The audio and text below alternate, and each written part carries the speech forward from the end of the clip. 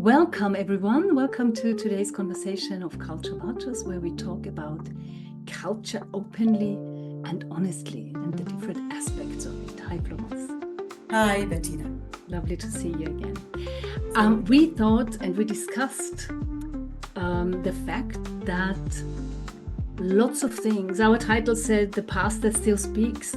However, it's rather about the past that we don't speak about anymore, right? About the colonial history that some countries have.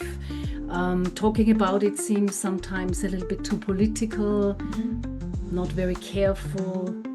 Why is that?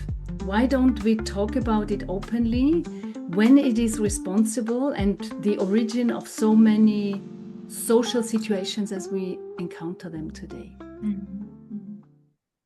Well, I think people do not want to be reminded of something which was negative. And lots of people say, well, that was so long ago, that has nothing to do with the present. Can't we just let it go? Yeah.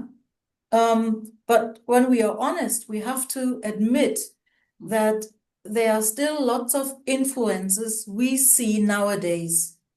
In Germany, we have a kind of chocolate, and there is a black kid or boy, yeah, on this chocolate with stereotypes.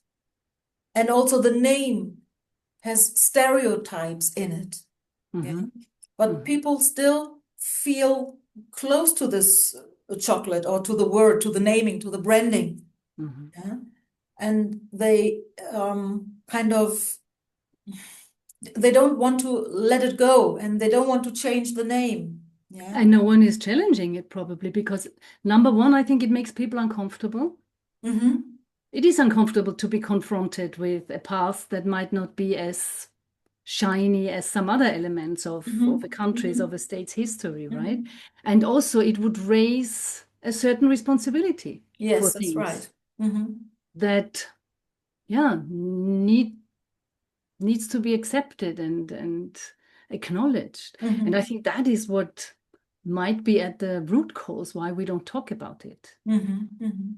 I do partly understand people who say, I don't want to chew it over and over and over again. However, if it still contributes to inequalities nowadays, then it needs to be discussed, right? Then it needs to be the topic of an honest conversation, as we do, honestly and openly, right? Because it is not something that will go away by itself or that will resolve the results that still exist in our world today, right?